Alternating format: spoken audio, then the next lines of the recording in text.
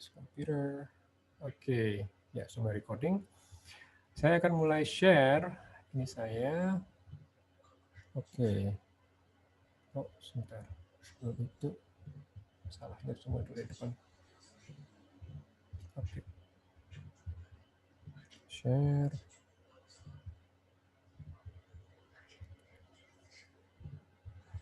Oke. Apakah bisa dilihat ini slide pertama saya? Oke ya. Kalau misalnya nggak kelihatan ngomong, soalnya kalau nggak bahaya. Nanti saya udah ngomong 2 jam, ternyata nggak ada suaranya, repot juga nggak ada gambarnya ya. Kelihatan, Oke. Dok. Siap, makasih. Ya, itu penting sekali. Saya bukan dokter. Oke.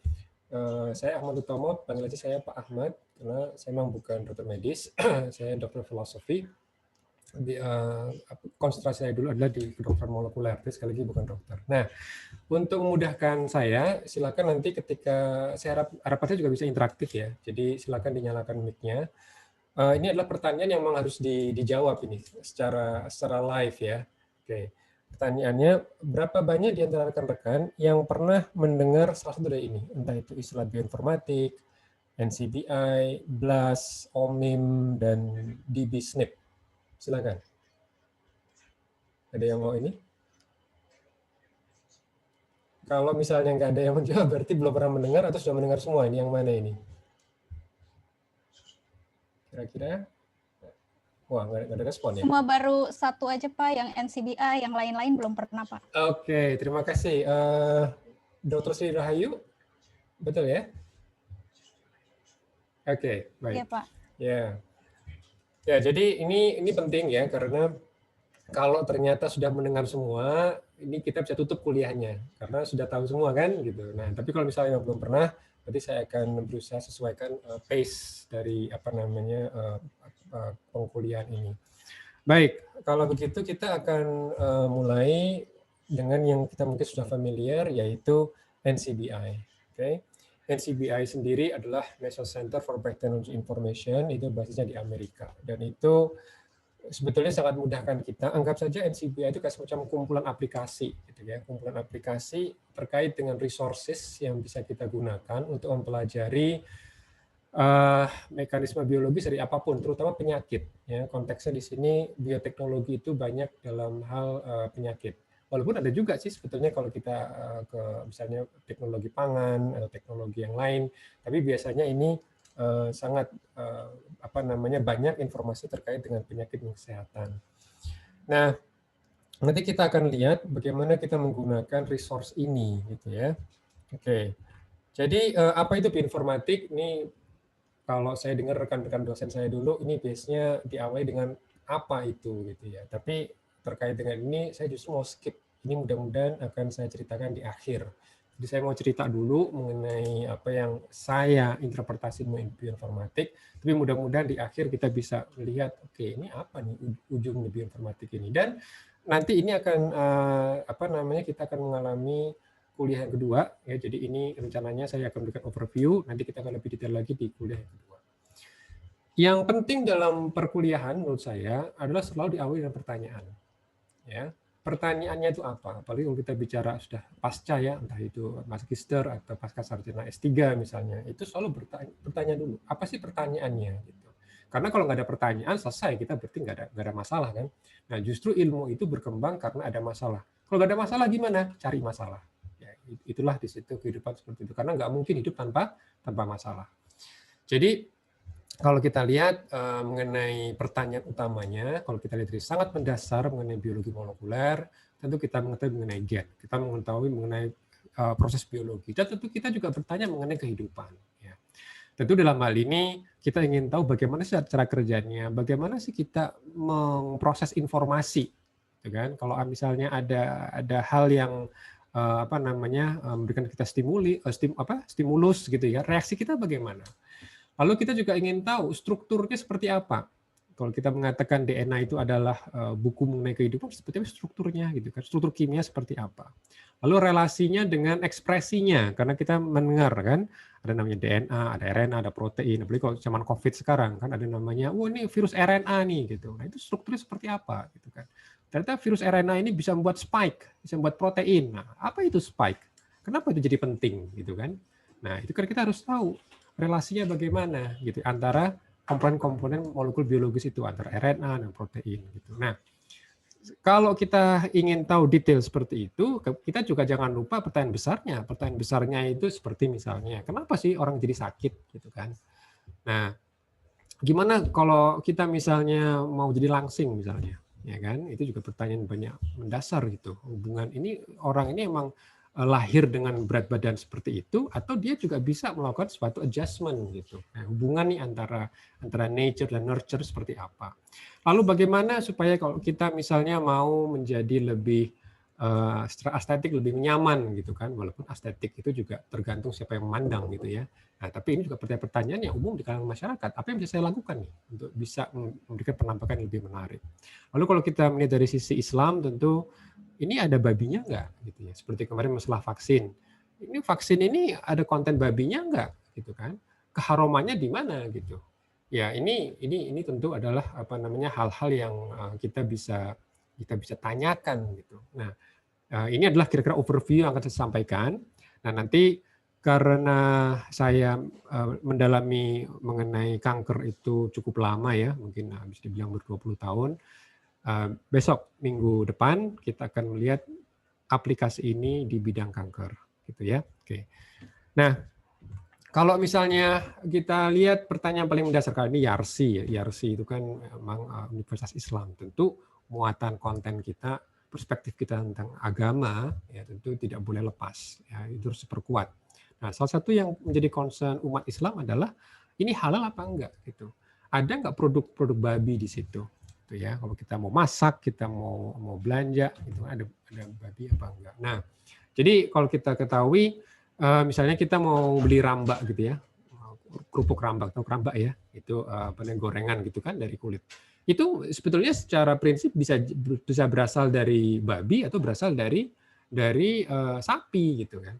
Cuma nanti kita taunya gimana nih sapi atau babi, rasanya.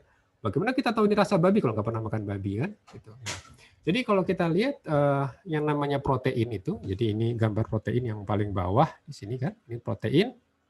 Dia itu punya subunit gitu ya, ada punya subunit, ada bagian-bagiannya. Jadi yang namanya protein itu nggak ujuk-ujuk jadi gitu kan. Dia ada subunitnya, ada batanya. Jadi kalau tembok itu ada unitnya, ada batanya. Nah, batanya ini namanya asam amino. Dan asam amino ini kan manusia punya sekitar berapa 20 asam amino ya. Itu ditata urutannya itu ditata, urut gitu. Nah, urutannya biasanya dari ujung ke ujung ya kalau kita bicara level protein itu dari amino terminus ke karboksi terminus ya. Oke, kalau kita bicara DNA atau RNA itu namanya 5' to 3', 5 apa itu ada tulisan dash atas sama 3 dash atas gitu ya. Itu nanti kita akan lihat contoh anotasinya. Tapi setiap protein pasti terbuat dari asam amino. Nah, susunan asam amino. Nah, ini kira-kira seperti ini. Kalau kita melihat dari si biomol ya, yang namanya protein katakan kolagen ya, kolagen adalah protein yang cukup banyak ya dipakai. Nah, ini di sini ada perbedaan sekuen antara beberapa binatang. Misal di sini apa ini donkey ya, donkey itu kayak semacam kuda kecil gitu mungkin ya, beda sama kuda. Karena ini kuda, ini horse. Dan juga yang namanya sapi, ini ada namanya babi gitu. Jadi kalau kita lihat kita urutkan ya. Jadi ini glisin misalnya G. Nah, mungkin rekan-rekan juga saya harapkan bisa mulai membuka-buka kembali apa sih daftar 20 asam amino itu ya. Asam itu apa saja? Apakah perlu dihafalkan? Mungkin perlu dilihat propertinya ya, properti kimianya yang mungkin perlu diingat. Mungkin nggak gitu penting untuk menghafalkan strukturnya dan ini tidak akan diujikan. Saya nggak akan minta tolong gambarkan struktur triptofan gitu, enggak. Saya nggak akan menggambarkan itu. Tapi minimal tahu apa properti kimia yang dimiliki triptofan bandingkan dengan tirosin misalnya seperti itu ya. Jadi ini adalah susunan asam amino ya dari protein kolagen. Antara misalnya di sini cattle ya berarti mungkin sapi dibandingkan dengan babi. Nah, kalau kita lihat di sini yang dikotakin itu yang berbeda. Yang dikotakin yang berbeda. Tapi yang sama itu berarti identik. Nah, di sini terlihat secara gamblang memang perbedaannya itu nggak banyak sebetulnya gitu ya. Dan ini jadi tantangan. Tantangannya apa? Bagaimana kita bisa mendeteksi di antara ini gitu kan? Bagaimana kita cara deteksinya? Jadi kalau misalnya LPPOM MUI misalnya ya, ada keluhan dari warga. Ini bakso ada isinya babi atau ada apa sapi atau gimana? Jangan ada babinya gitu ya. Nah ini di sini menjadi tantangan. Bagaimana cara deteksinya? Oke. Jadi ini menjadi pertanyaan. Ya, kembali ke pertanyaan lagi kan.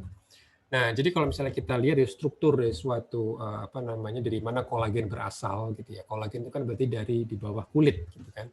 Jadi ini adalah struktur kolagen ya yang ada di sini. Memang perbedaan antara yang kulitnya masih muda atau yang udah tua gitu ya. Jadi kalau masih muda itu biasanya kolagennya sangat rapat gitu ya, sangat-sangat kuat. Nah, dalam struktur kulit itu ada yang namanya apa? Ada yang namanya fibroblast. Nah, ini yang gambar bulat-bulat kecil namanya fibroblast. Fibroblast itu apa? Itu sel.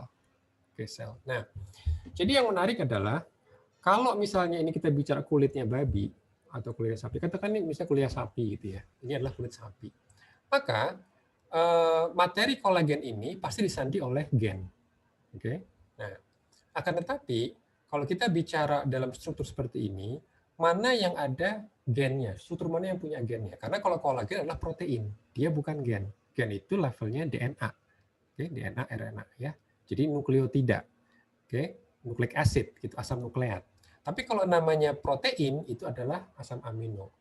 Nah, pertanyaannya cara diagnostik kita seperti apa untuk bisa membedakan? Biasanya diagnostik yang sensitif itu menggunakan PCR.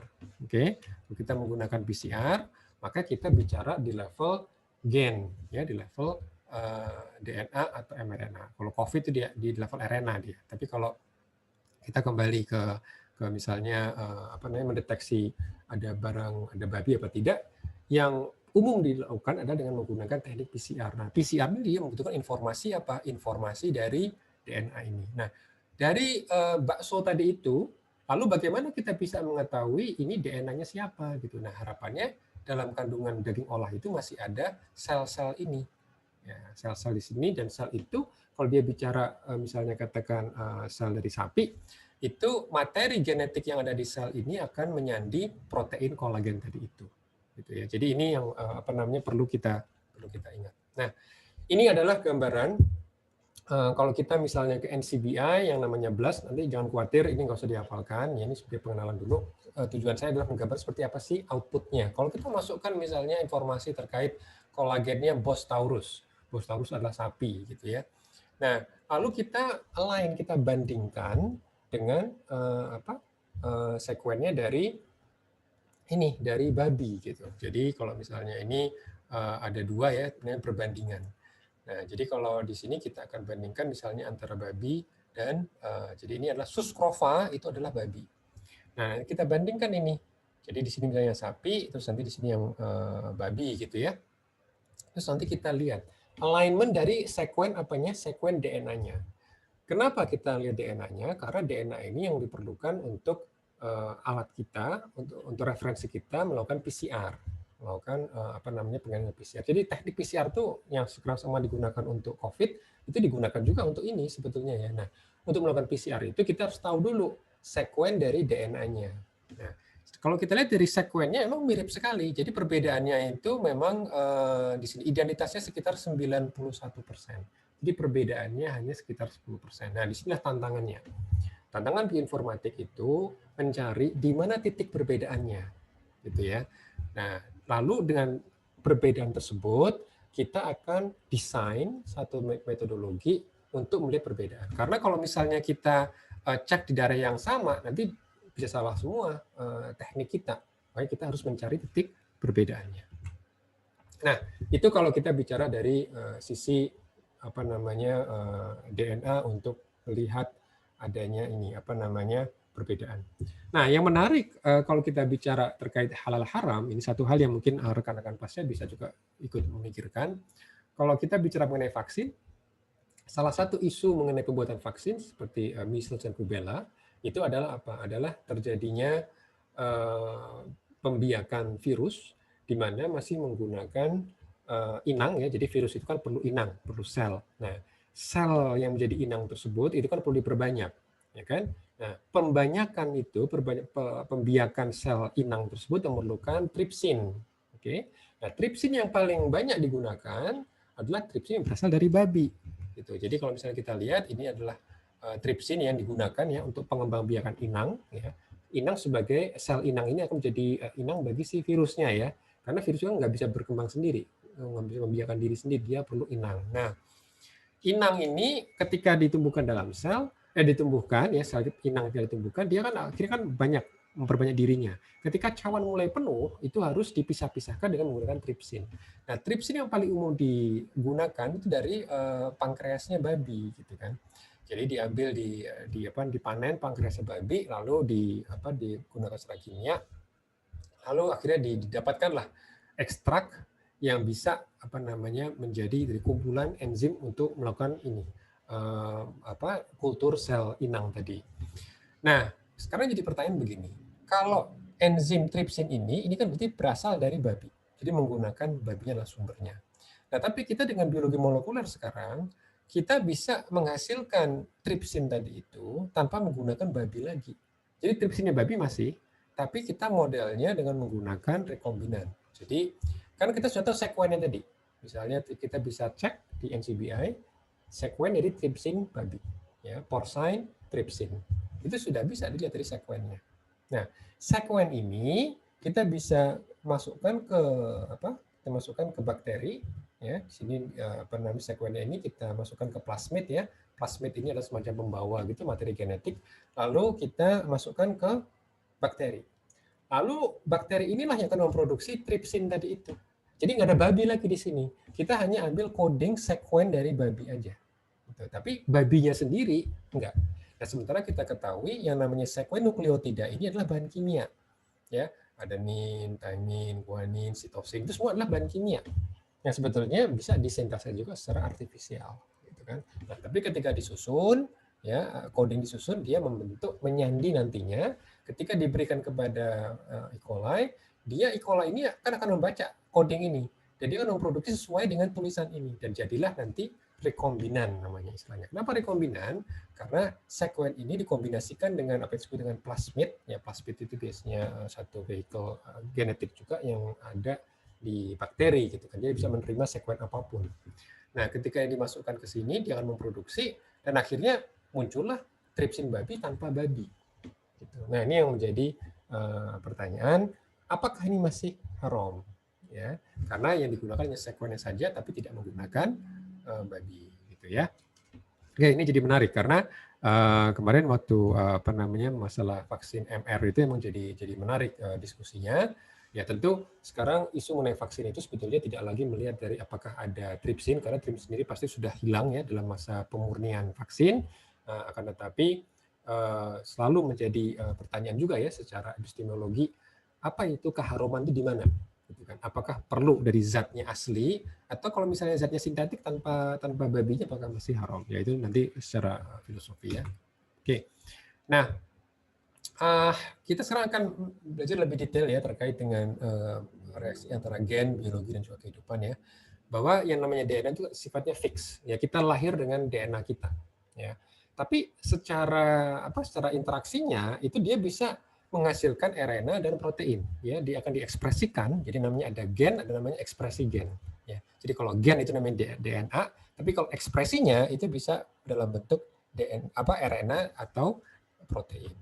Nah, jadi kita bayangkan yang namanya DNA itu seperti buku resep. Ya, jadi misalnya ada customer gitu kan, oh aku mau ini, mau ini, mau ini. Ya, saya mau bakmi, saya mau mie goreng, saya mau mie ayam misalnya. Gitu. Nah, di sini tentu direspon oleh seorang seorang chef gitu kan, untuk memenuhi kebutuhan tadi. Nah, chef akan membuka buku dan mencari bab mengenai mie ayam, karena buku ini isinya banyak. Gak cuma mie ayam, sudah ada gulai, ada rendang, segala macam cara instruksi membuat tadi soto ayam, soto betawi gitu kan. Tapi customer maunya apa? Tadi mie ayam ya, maunya mie ayam. Nah, lalu berdasarkan instruksi dari sini si chef akan membuat mie ayam gitu, atau mie goreng. Tapi bukan rendang karena permintaannya bukan rendang. Walaupun di buku ini ada tentang rendang. Gitu ya. Jadi kalau misalnya kita lihat secara secara besarannya, kalau kita bicara buku masak, ya, buku masak ini biasanya kan penting sekali. Ini resep turun temurun, gitu kan, harus kita jaga. Oke, nah dalam resep ini banyak masakan di situ, apalagi warisan negara, gitu ya, warisan bangsa misalnya. Gitu. Nah disinilah ada beberapa bab di sini. Bab mengenai ayam kemangi. Nah biasanya kalau misalnya ini sangat precious gitu ya, sangat berharga, tentu bukunya ini harus disimpan. Jadi kalau misalnya mau bahas mengenai ayam kemangi, nanti difotokopi dulu nih yang banyak mengenai ayam kemangi ini. Jadi nanti dipakai para chef itu sebenarnya bukan buku aslinya, tapi kopiannya saja, gitu kan. Nah kopian ini kalau misalnya banyak nih, banyak warung yang buka tentang ayam kemangi, nah ini nanti dibagi-bagi nih kopi-kopiannya, sehingga tergantung kebutuhan. Butuhnya 1 porsi, butuhnya 4 porsi, atau bahkan nggak boleh bikin gitu. Ternyata karena orang ini punya pantangan, dia nggak boleh makan ayam kemangi gitu kan. Kalau makan ayam kemangi dia alergi, jadi dia nggak boleh makan ini. Nah berarti tidak boleh diproduksi gitu ya. Tapi ada juga yang butuhnya banyak atau butuhnya cuma sedikit misalnya gitu. Nah jadi kalau misalnya kita lihat, berarti yang namanya buku ini adalah DNA genom kita, sementara yang namanya gen itu adalah lembar yang khusus gitu ya. Jadi kalau hanya satu bagian saja mengenai ayam kemangi itu hanya gen. Tapi kalau kita bicara banyak resep, jadi ada ayam kemangi, ada gulai, ada rendang, itu nanti membentuk genom. Nah, ini adalah mRNA-nya dan ini adalah proteinnya. Jadi ujungnya yang dinikmati adalah proteinnya sebetulnya. Cuma ingat, protein itu disandi oleh DNA. Nah, proses dari DNA ke RNA namanya transkripsi, proses dari mRNA ke protein namanya translasi gitu ya. Jadi ini untuk transcribing gitu kan. Jadi untuk memastikan aslinya masih utuh, jangan sampai rusak, kita gunakan saja transkripsinya, hasil transkripnya, itu mRNA-nya. Itu mRNA yang katakan rusak, gak ada masalah, karena kita masih punya DNA-nya. Nah, tapi nanti instruksi dari mRNA ini harus ditranslasi, diterjemahkan dulu oleh komponen sel yang lain. Nah, jadi inilah singkatnya. Jadi dari DNA, mRNA ke protein. Protein ini bisa macam-macam, bisa antibodi itu protein juga, enzim itu protein juga, ya. Reseptor itu protein juga, gitu ya. Jadi ini semua adalah protein, tapi disandi oleh DNA melalui tadi pembentukan di transkripsi menjadi mRNA dulu. Oke. Lalu pertanyaannya, anotasinya gimana nih informasi genetik? Jadi ini kira-kira gambaran nih. Ini adalah kalau kita bilang coding itu seperti ini. Inilah kode dari genom kita. Ada 4 huruf, A, T, G, C. Cuma kombinasi dari ini aja. Nah, ini kalau seperti ini kan pusing kan? Ini apa ini maknanya? Ini kan banyak A, banyak C, banyak T gitu kan. Maknanya di mana gitu kan. Nah, di sini namanya pentingnya anotasi. Jadi kalau misalnya kita sekuen di human genom kita ya. Ini hasilnya seperti ini. Kalau misalnya kita print out ya, di komputer seperti ini, ya kan?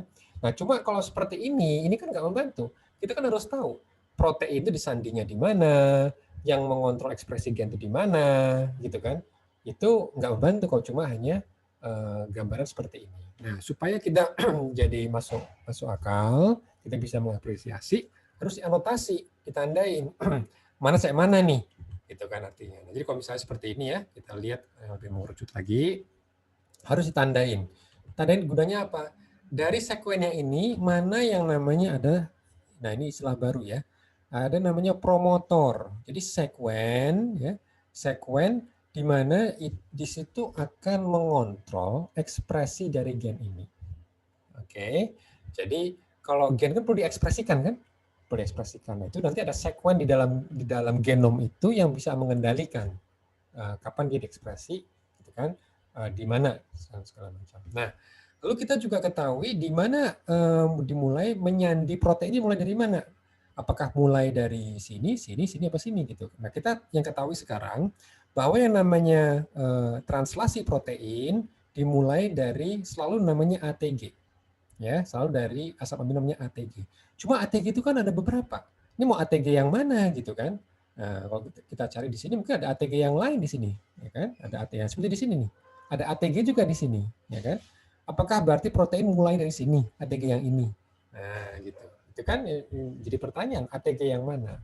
Makanya di sini kita harus tahu. Nah, bagusnya sekarang dengan ilmu bioinformatik kita sudah melihat polanya. Nanti kita lihat salah satu cara kita membangun pola tersebut ya. Gitu. Oke, jadi disinilah dimulai bagaimana protein itu disandi. Tapi kalau kita mau tanya dari mana mRNA itu dimulai, gitu kan, itu namanya transcription start site. Jadi di sini transkripnya sendiri mulai mungkin dari sini, gitu. Tapi di translasinya mulai dari sini. Berarti nanti dari sini sampai di sini itu namanya apa disebut dengan UTR, untranslated region, gitu ya. Jadi dia adalah ditranskripsi, tetapi translasinya dimulai dari sini. Oke, nah yang di apa namanya ditandain di sini nih adanya open reading frame itu yang ini nih, yang bawah di sini. Nah ini namanya open reading frame. Nanti kita lihatlah open reading frame itu. Karena apa? Karena kalau dari sekuen tadi itu kita harus melihat ini kan cara baca dari asam amino itu nanti kan 3-3 ya. Jadi misalnya di sini ATG, berikutnya apa CAA gitu ya. Nah ini apa namanya kita harus melihat sampai sepanjang mana dia. Nah ini namanya kalau misalnya kita ikutin, disitulah ada namanya reading frame gitu ya. Untuk apa ya nanti menyandi protein. Nah, di sini juga ada namanya ribosome binding site. Jadi nanti kalau mRNA-nya akan dimulai dengan ikatan dengan ribosome. Nanti kita akan ada videonya nanti. Oke. Nah, ini adalah struktur kimianya. Jadi saya tadi katakan bahwa DNA, RNA itu strukturnya kimia. Demikian juga protein asam amino kan kimia semua gitu ya. Jadi di sini ada namanya thymine, ada namanya cytosine, guanin sama adenin.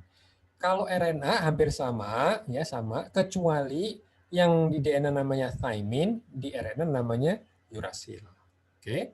Lalu pairing, kalau kita bicara DNA dia adalah base pairing gitu ya, dia pita ganda. Dia akan apa namanya? Pita yang pertama, pita yang kedua itu berdasarkan ini pairing ya, pairing itu berarti kalau yang namanya di pita yang pertama, track yang pertama di sini bacaannya A, dia akan berpasangan dengan yang T. Kalau dia di sini C, dia berpasangan dengan G. Kalau di sini G, dia berpasangan dengan C. Ya, ini namanya ada pairing, gitu ya. DNA itu adalah pita ganda. Nanti kita di lain kesempatan kita akan bisa belajar mungkin di kursus yang lain bagaimana sih proses replikasi DNA ya dari yang double stranded tadi menjadi RNA ketika ditranskripsi. Nah, ini saya maksud dengan open reading frame tadi itu. Jadi bayangkan kalau ini adalah tadi sekuen dari DNA tadi kan hanya urutan TTA, TTT, TT gini kan. Nah, pertanyaannya dari mana ini mulai proteinnya kan gitu. Proteinnya tuh mulai dari mana? ATG yang mana misalnya gitu kan. Frame-nya yang mana? Karena begini. Karena kalau kita melihat dari apa namanya? Sekuen ini aja gitu kan dan kita ingat asam amino itu disandi oleh setiap 3 nukleotida. Setiap 3 nukleotida itu ada satu asam amino. Oke. Jadi misalnya kalau kita lihat di sini ya. Ini ada beberapa kemungkinan reading frame. Jadi ini kalau misalnya anggap saja dimulai dari TTA ya. Bisa juga nanti yang lainnya adalah TAT atau kalau reading frame yang lain berarti ATT gitu ya. Tapi kalau misalnya kita mulai dari yang katakan yang paling pojok di sini. Oke. Nah, apa yang terjadi? Kalau misalnya kita mulai dari yang sini, ternyata apa? TTA berarti dia menyandi lusin. Oke. Lalu berikutnya adalah TTT, dia menyandi fenilalanin. Oke. Lalu kita lihat TAT, dia menyandi tirosin. Oke. Nah, kalau misalnya kita ikuti lagi, nanti TTC, GAG, ketemu UAA, TAA. TAA ini adalah stop codon. Berarti kalau kita apa namanya mulai dari frame yang ini ya, yang ini itu nanti akan terputus di sini karena TAA ini adalah menyandi stop. Jadi dia tidak bisa meneruskan translasi. Artinya kalau kita mulai dari yang sini, dari yang frame yang ini, dia akan berhenti di sini. Nah, apakah protein kita sependek itu? Kalau kita tahu protein kita panjang sekali, berarti frame yang ini tidak mungkin. Berarti kita akan geser, bukan mulai dari TTA, tapi mulai dari yang TAT. Nah, TAT ini dibacanya apa? Tirosin, TTT dibaca fenilalanin. Nah, kita lihat. Jadi mulai dari yang ini, frame. Kalau yang tadi kan yang bawah yang sini, dia akan berhenti di sini. Tapi kalau kita mulai dari frame yang atas, dia akan terus jalan. Dan ini kita ketahui karena kita tahu protein kita panjang sekali. Nggak mungkin sependek ini. Misalnya seperti ini. Gitu. Nah, sekarang bagusnya dengan bioinformatik, dengan komputasi, ini membantu kita. Jadi kalau zaman saya dulu, ini memang kita cari masing-masing secara manual, gitu kan. Frame-nya yang mana, gitu kan. Nah, tapi sekarang kita lebih mudah untuk mencarinya sebetulnya ya. Ini apa namanya dimudahkan ya. Jadi kalau dari sekuen yang tadinya cuma huruf GATC, yang cuma huruf teks tadi, tapi sekarang kita bisa anotasi di mana dia akan mulai start translasinya, di mana dia promotornya, ya, di mana open reading frame-nya. Dan di sini juga ada sih, nanti ada yang namanya intron dan exon. Nah, yang nanti menyandi protein itu yang intronnya ini jadi sekuen juga, yang tersisip di sini akan dikeluarkan dulu, ya, sehingga akan masukkan protein coding region. Nah, jadi kalau misalnya kita kembali kolagen yang dari sapi tadi itu, ini adalah standar informasinya. Jadi ini adalah identifier-nya yang sangat unik ya, namanya NM ya, dimulai dengan NM nukleotida. Di situ dikatakan definisinya apa? Bostaurus ini berarti dari spesiesnya. Lalu kita akan mendapatkan juga informasi terkait dengan gimana nanti mRNA. Jadi kalau ini kan panjang, ini screenshot-nya. Coba kita lihat, nah ini di bawahnya kalau kita lihat dari screenshot ini, panjang gennya itu ada sekitar hampir 5.448 nukleotida.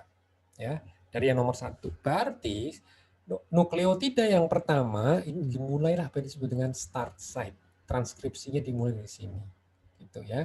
Jadi di sini ada informasi mengenai gennya, dan di sini juga ada mulai eksonnya. Jadi ekson yang pertama itu dimulai ketika start site dimulai. Oke. Jadi dia dikatakan jadi nukleotida pertama sampai 150 nukleotida yang 154 adalah ekson yang pertama.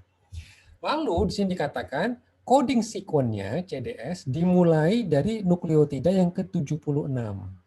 Gitu ya. Dan note di atasnya di sini ada in frame stop codon. Gitu. Jadi sebelum ATG yang ini ternyata ada stop codon. Nah, jadi dengan anotasi ini akan memudahkan kita. Jadi awalnya kalau kita cuma lihat garis seperti kan bingung. Ini mulainya dari mana ya, ATG yang mana gitu kan. Nah, tapi setelah informasi ini kita jadi tahu ATG pertama dimulai dari coding sequence yang awal, yaitu yang ke-76. Jadi kalau kita hitung, ini adalah 61, ini adalah yang ke-71. Nah, yang itu aja. 1, 2, 3, 4, 5, 6. Nah, ketemu ATG. Berarti dimulai sini nanti ATG-nya. Oke? Jadi sekarang kita bisa tahu kalau misalnya kita anotasi, nah di sinilah ATG di sini ya, yang ke-76. Di atasnya upstream-nya ada TGA, berarti stop codon ya. Nah, berarti kalau gitu ini ATG yang pertama. Nah, biasanya ATG yang pertama setelah stop codon ini adalah reading frame-nya utuh. Dan ini kalau diikutin 3-3, dia tidak akan putus kecuali sampai ujung ya, sampai ujung. Sampai ke yang 4.476. Jadi kalau frame yang ini dia tidak akan pernah putus, nyambung terus dan berakhir di nukleotida yang 4476. Nah, hanya saja kalau kita lihat dari sini, promotornya nggak ada di sini. Sekuen promotor di atasnya lagi. Nah, kita harus cari lagi nih dengan alat yang berbeda, dengan aplikasi yang berbeda. Tapi kalau ini kita bisa tahu gennya. Gen kolagennya siapa? Gen kolagennya sapi. Gitu ya. Nah, di sini dikatakan berarti ekson 1 ada di sini, terus di sini dimulai ATG, yaitu asam amino pertama untuk memulai translasi. Jadi, sekali lagi kalau kita bicara buku ya, ini adalah buku adalah genom, jadi semua macam gen ada di situ. Lalu kita bisa lihat bahwa nanti ada namanya bab. Ya, ada namanya bab terkait ayam kemangi, ini adalah gen. Jadi gen itu bagian dari genom. Ada berapa jumlah gen kita? Dalam genom kita ada sekitar 20.000. Nggak banyak sebetulnya. Cuma 20.000 gen yang dalam genom kita. Nah, dari sini kita akan ditranskripsi, ya, difotokopi gitu istilahnya ya kan, difotokopi. Nah, nanti begitu fotokopi ini perlu ada seorang chef. Chef ini siapa? Ribosom. Jadi adalah protein namanya ribosom yang dia akan mengassemble ya. Oh, jadi butuhnya apa instruksinya misalnya gitu kan. Instruksinya dia perlu ada namanya ACG. Nah, dicarikan nih yang berpasangan yaitu UGC. Jadi kalau di kalau di RNA itu pasangannya yang mestinya T dipakainya U gitu ya. Jadi kalau A kan ketemu sama T kalau di DNA, tapi kalau sama RNA ketemunya sama U. C sama G, G sama C. Jadi begitu ada instruksi di sini dibilangnya harus saya minta yang ACG, dicarikan sama chefnya. Jadi ribosom ini fungsinya untuk mencarikan. Dipasangkanlah UGC. Lalu baca lagi ini AUC, dipasangkanlah UAG, terus gitu kan. Terus sampai akhirnya dia translasi. Nah, nanti akhirnya setiap ini molekul ini namanya tRNA dia membawa satu asam amino. Nah, nanti asam amino akan dirangkai jadilah mie ayam. Ayam kembang. Maksud saya menjadi protein kemangi ya, ayam kemangi tadi katanya. Oke. Nah, ini adalah sedikit video, mudah-mudahan bisa kita lihat bagaimana dia cara kerjanya. Jadi di sini adalah AUG. Jadi ATG yang pertama, jadi kalau dalam RNA, T itu diganti U, gitu ya. Oke. Nah, di sini adalah dia akan berpasangan nih dengan pasangan ada molekul tRNA yang membawa satu asam amino. Dan asam amino pertama selalu methionine yang dikoding oleh siapa tadi? AUG. Oke. Jadi di sini In prokaryotic cells, translation is initiated by formation of an initiation complex consisting of the 30S ribosomal subunit, formal methionine tRNA, and messenger RNA. The 50S ribosomal subunit then joins the complex. Proteins called initiation factors are also involved, but are not shown. The 70S. Ya, jadi ini secara mudahnya emang antara prokariot sama eukariot agak berbeda ya. Ini kalau video ini di prokariot, tapi intinya adalah secara coding di awalnya selalu sama ya, ATG, ini AUG. Nah, di sini namanya ribosom ini. Kalau kita bicara antibiotik, antibiotik itu dia menghambat kerja dari ribosom.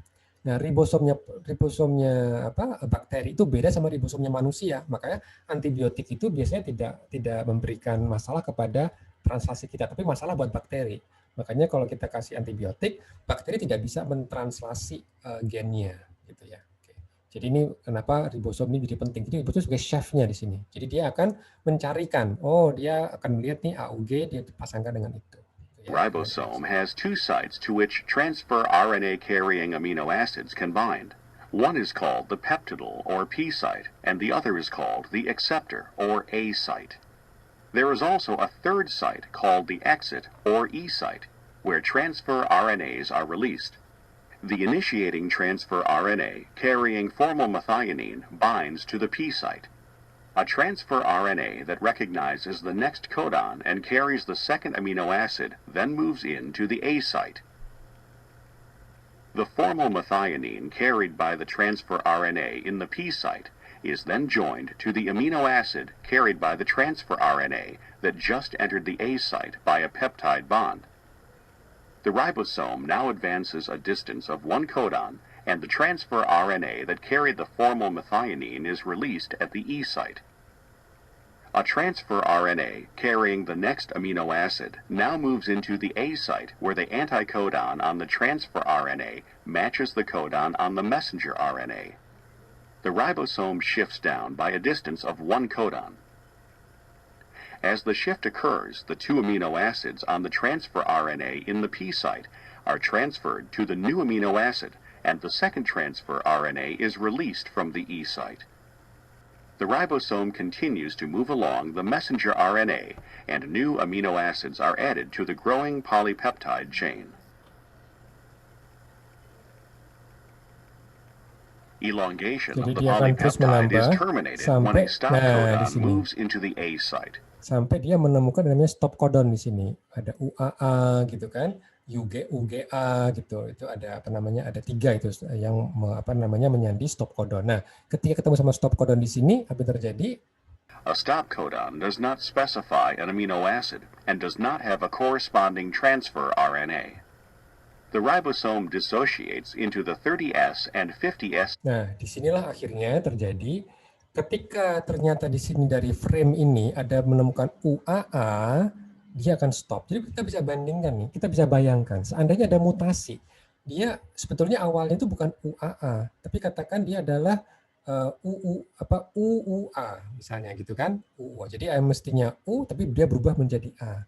Nah, kalau ada mutasi seperti itu, yang mestinya UUA tapi dia menjadi UAA, akhirnya yang mestinya masih jalan terus karena kan masih ada masih berjalan ya. Tapi karena dia berubah terjadi stop codon. Kalau ini kita bicara protein yang penting seperti gen penekan tumor gitu ya, dan ada mutasi di situ padahal belum selesai karena sudah dipaksa untuk berhenti, maka proteinnya trunkasi. Gitu. Nah, itu yang menyebabkan akhirnya menjadi rusak proteinnya yang mestinya panjang jadi pendek karena sudah ada early termination gara-gara ada mutasi. Maka disinilah pentingnya untuk memahami kodon-kodon tadi ini. Gitu ya. Oke. Nah, jadi kalau misalnya kita lihat satu hal yang saya juga mau ingin lihat yang mau bagikan terkait dengan pengaturan ekspresi. Jadi kalau kita ketahui dalam tubuh itu ada yang namanya protein yang penting ya untuk otot misalnya, katakan otot jantung ya. Namanya kelompok keluarga protein namanya troponin. troponin T, I, dan C, gitu kan. Nah, ada juga dalam mata kita perlu juga yang namanya proteinnya rodopsin. Rodopsin itu penting untuk kita bisa melihat, menangkap cahaya yang lemah. Gitu. Nah, kalau kita ingin mengetahui dari kerja ini, kita harus memahami juga bahwa gen dari troponin, gen dari rodopsin itu ada di semua sel. Jadi semua sel kita, ya, semua sel tubuh kita itu pasti punya gen troponin, pasti punya gen rodopsin. Cuma pertanyaannya, apakah semua sel di tubuh kita mengekspresikan rodopsin? Apakah semua sel di tubuh kita mengekspresikan troponin? Jawabannya enggak. Ya, nanti kita lihat nanti seperti apa. Karena kita bisa bayangkan seandainya ternyata rodopsin itu terekspresikan di jantung, ya jangan-jangan nanti kita melihat dengan mata hati, gitu kan, dengan mata jantung, gitu ya. Atau kalau misalnya ternyata ada troponin di mata kita, nanti mata kita ikut berdebar-debar misalnya seperti jantung, gitu. Nah, berarti ada regulasinya di situ, ya ada regulasinya. Nah, di sini ada database juga, ya. Kalau misalnya kita mau lihat bahwa ternyata untuk troponin dari semua organ, ya, dia ekspresinya kencangnya, banyaknya, tingginya di jantung, gitu. Sementara kalau kita bahas terkait dengan rodopsin misalnya, dia hanya ada di retina. Jadi dilihat bahwa semua ini, organ ini, ya, di otak, ya, di apa namanya, di T-cell, B-cell, semua pasti punya gennya. Gennya pasti punya, tapi ekspresinya yang berbeda. Gitu. Jadi di sini memang permasalahannya di ekspresi. Nah, di sini ada kalau secara bioinformatik ada beberapa database, pangkalan data yang membantu kita, gen kita ini diekspresi di mana saja. Jadi kalau ini kan gen yang sudah diketahui. Tapi nanti kalau misalnya kita punya gen baru gitu ya, nah kita mungkin bisa melihat ada nggak orang yang sudah mencari ekspresi dari gen ini, gitu di apa namanya di organ yang mana saja. Dan yang menariknya juga, ketika ada satu gen yang diekspresikan secara spesifik pada apa namanya organ-organ ini, apakah dia berkorelasi dengan fungsi? Misalnya kalau ada gen yang ekspresinya sangat kuat di testis misalnya, tapi nggak ada tempat lain, berarti kita bisa mulai membuat hipotesa ini penting untuk fungsi testis misalnya. Nah seperti ini kalau rodopsin dia hanya ada di retina, berarti penting untuk di retina, tapi tidak penting di rektum misalnya gitu ya. Oke. Nah di sini bisa kita ketahui bahwa kendali dari ekspresi itu ada di sini, di sekuen namanya promotor. Ini sekuen promotor. Nah, promotor ini kalau kita lihat, ini makin kalau kita zoom in lagi, itu jadi seperti ini. Ada beberapa namanya kontrol elemen ya di sini di DNA-nya. Dan ternyata di masing-masing sel itu bisa berbeda nanti regulasinya, tergantung dari nanti protein yang mengikat di sini. Nanti ada protein yang mengikat di sini. Apakah di sini adalah katakan sel kulit, inilah sel liver, inilah sel otak gitu ya. Nanti protein yang mengikat bisa beda. Jadi kalau misalnya ini kan gennya sama, DNA-nya ya, DNA-nya kan sama, identik gitu kan. Tapi kalau dia di sel liver itu ada protein lain ya yang mengikat di DNA di sini. Dan ini menyebabkan transkripsi dari gen ini sangat tinggi.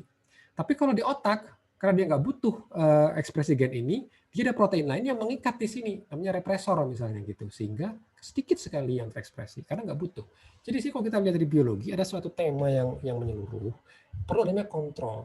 Ya. Karena kalau semua gen yang ada di sel itu semua nyala semua, itu namanya mubazir. Gitu. Ya. Sama kalau kita punya rumah, kalau kita sudah malam, lampunya dinyalakan cuma yang teras saja. Karena kita sudah mau tidur. Tapi kalau kita masih bekerja gitu kan, masih bersih-bersih, gitu kan, masih kerja bakti di rumah, karena menyambut tamu besok, semua lampu dinyalakan. Misalnya gitu. Tapi kalau misalnya kita mau istirahat, dimatikan kecuali yang apa namanya di teras. Nah, disinilah kuncinya ada di sini sebetulnya juga di apa namanya informasi sekuen di DNA-nya, tapi juga keberadaan protein di sel-sel tersebut. Karena masing-masing sel itu punya protein yang berbeda-beda. Ya. Bagaimana kalau misalnya kita perlu semuanya? Ada kalanya memang kita perlu semuanya. Contohnya adalah GAPDH, ya, glyceraldehyde 3-fosfat dehydrogenase. Nah ini perlu semuanya. Karena apa? Ini penting untuk membreaking down glukos supaya dapat energi. Nah kalau ini semua sel pasti butuh. Sehingga GAPDH itu diekspresikan di semua sel. Baik dilihat dari database ini, semua sel mengekspresikan, gitu kan? Bahkan ada yang sangat tinggi. Yang mereka di frontal cortex yang untuk mikir gitu kan, nah, supaya kita bisa mikir dengan jelas gitu kan, kita perlu nih glukosa kita konversi ke energi dengan GAPDH ini. Nah Jadi kalau kita lihat konsep dari database ekspresi ini, kita juga bisa melihat kira-kira ekspresi yang khusus misalnya, apakah ada fungsinya gitu kan ketika menemukan gen baru. Nah, kalau kita menemukan gen baru, oh ternyata sekuen ini belum banyak diketahui. Nah, kita bisa cek nanti, ada nggak yang sudah melihat ekspresinya di tempat-tempat tertentu. Kalau ternyata ada, kita bisa mulai membuat hipotesa. Gitu. Nah, itu baru sisi lokasi. Jadi ada namanya asosiasi kan. Oh, gen ini tinggi di lokasi organ ini. Tapi apakah itu berkorelasi dengan fungsi? Nah, cara tahunya bahwa dia berfungsi apa enggak, kita hilangkan. Jadi inilah salah satu cara berpikir ilmuwan ya, yang umum, yang molecular biologist modern. Kalau dia mau cari tahu fungsi, dia tidak hanya asosiasi. Oh, ini banyak nih, katakan di organ ini, di organ otak, di organ mata, tapi nggak banyak di organ reproduksi misalnya. Nah, kita bisa mulai memikirkan, oh jangan-jangan penting untuk berpikir. Nah, tapi untuk membuktikan itu, dihilangin gennya. Masih bisa mikir apa enggak? Nah, misalnya gitu. Kalau ternyata masih bisa mikir, berarti mungkin dia nggak esensial untuk. Tapi kalau misalnya nggak bisa lagi mikir, karena udah hilang, oh berarti ini fungsinya penting untuk mikir. Misalnya gitu ya. Nah, sekarang menghilangkan gen itu bisa dikerjakan kalau kita punya teknologi. Nah, sekarang kita sudah ada, yaitu rekayasa genetik pada mencit. Nah, tapi untuk melakukan rekayasa genetik itu, kan kita perlu mapping gennya. Di situ ada bioinformatik di situ nanti bisa membantu. Jadi kalau kita lihat, ini adalah fenotip dari suatu mencit yang ternyata dia dihilangkan gen TNNT2. Kita tahu tadi kan banyak di jantung gitu kan. Nah, ternyata setelah dihilangkan gennya, di knock out di mencitnya nggak bisa tumbuh, nggak bisa lahir ya. Jadi di hari ke-18 ya. Jadi sebelum lahir. Kalau mencit itu masa gestasinya itu sekitar 19 sampai 20 hari. Nah, dia sudah mati di hari ke-18 nih kalau nggak salah gitu ya. Nah, hari ke-9 gitu. Hari ke-9 dia sudah mati. Ya, kenapa ya? Karena fungsi jantungnya sudah hilang gitu. Nah, ini satu mengkonfirmasi. Jadi walaupun kita tahu oh ini banyak di jantung gitu kan. Tapi di jantung itu dia esensial apa tidak gitu. Nah, kalau misalnya ini kita buktikan dengan tadi di mencit gitu. Nah, disinilah penting juga ini adalah cara mereka merekayasa mencit supaya dia hilang gennya, dan ini juga bisa membantu kalau kita punya tadi database bioinformatik.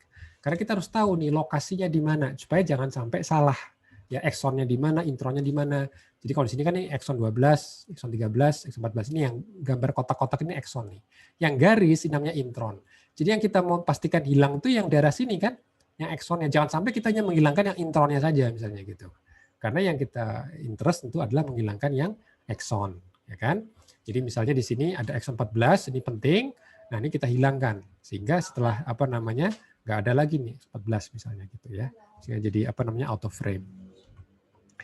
Nah, lalu kita lihat bagaimana dengan korelasi dengan penyakit gitu kan. Database yang sangat membantu dengan OMIM. Ya, kalau kita ke Google ketik OMIM, tanya sama OMIM, nah inilah situsnya OMIM. Kita mau belajar lagi, TNNT2 ini apa yang bisa diketahui? Ada nggak hubungan dengan penyakit di manusia? Gitu ya. Jadi ini ada satu repositori. Jadi bioinformatika itu kan tadi ada sekumpulan aplikasi yang memuat semua macam informasi. Ya, sehingga kita bisa menganalisa juga. Atau kan buat hipotesa baru. Gitu. Kalau misalnya nih kita menemukan satu gen yang sekuennya itu mirip dengan TNNT2. Nah, kita harus belajar kan, apa itu TNNT2? Penyakit apa yang sudah diketahui dengan TNNT2? Apakah jangan-jangan kita menemukan TNNT4 misalnya gitu. Nah, di sini kita bisa tahu, oh ternyata ketika dilihat ada juga di manusia di mana ada mutasi yang sangat spesifik, yaitu lisin lisinnya hilang ya pada lisin yang kodon ke 210. Nah, lalu di sini dikatakan kalau pada manusia terjadi dilated cardiomyopathy.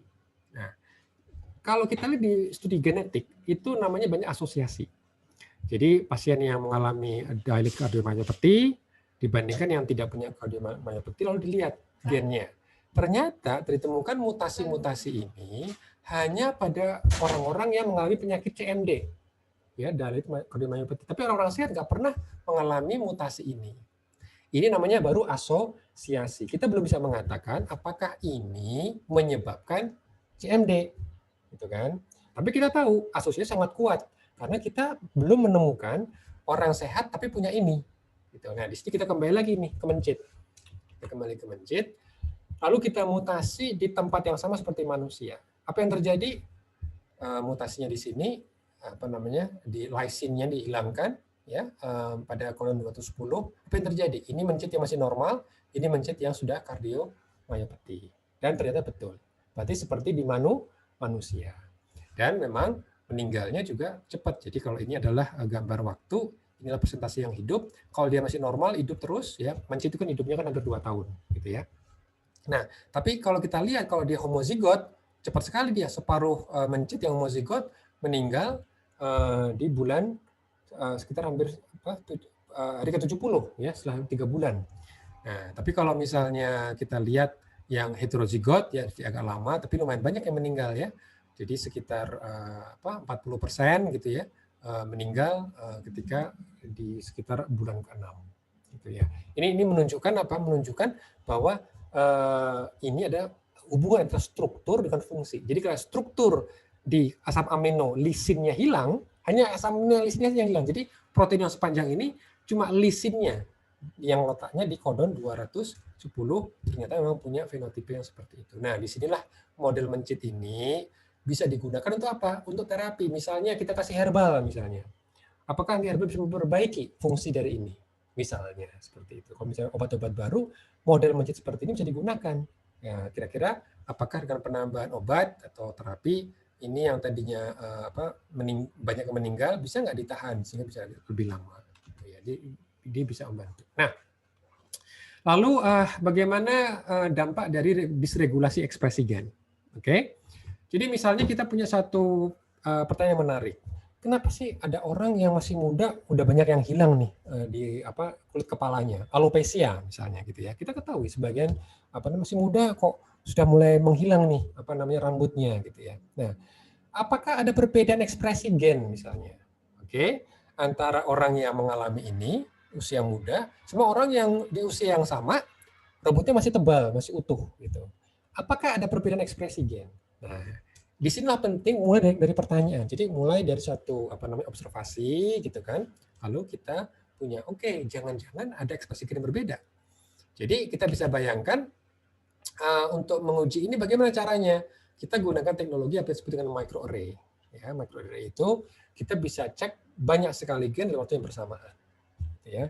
Jadi misalnya nih, ini adalah kelompok orang yang tidak ada alopecia ya, jadi rambutnya masih banyak, masih utuh gitu kan.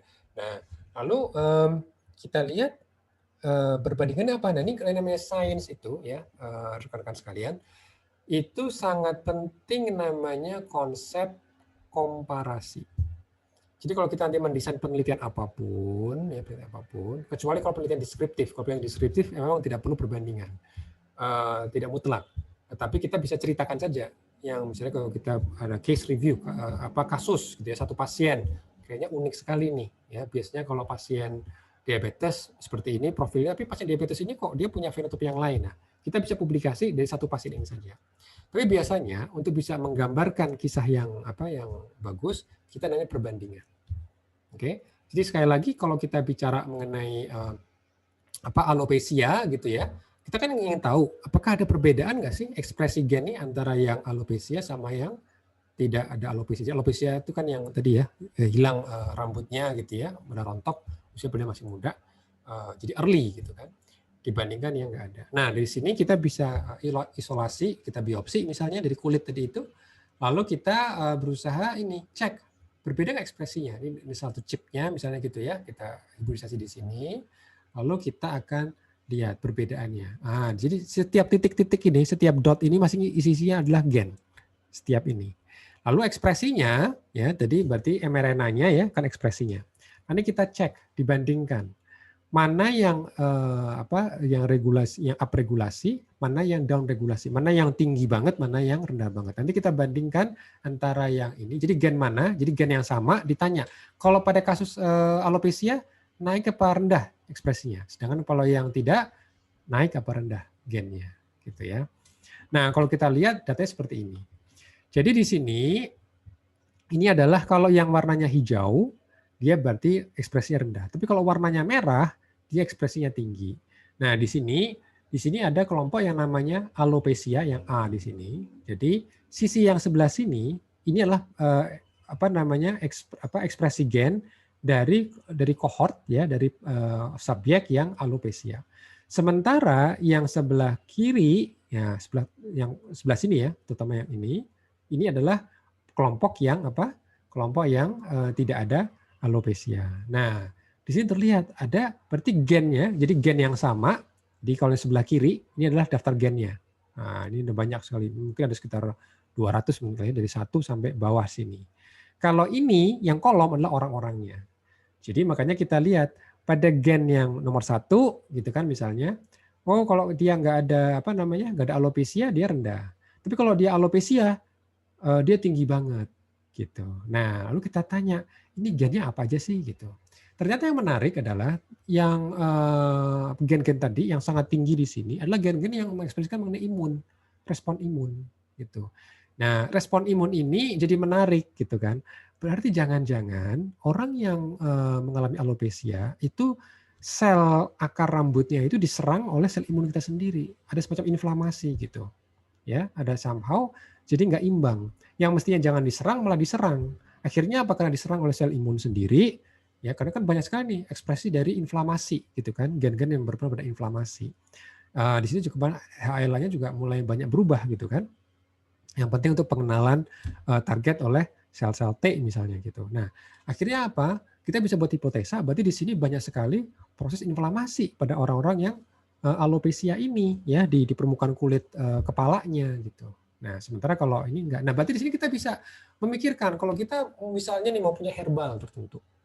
Ya, punya herbal tertentu yang kita bisa mentargetkan gen-gen ini.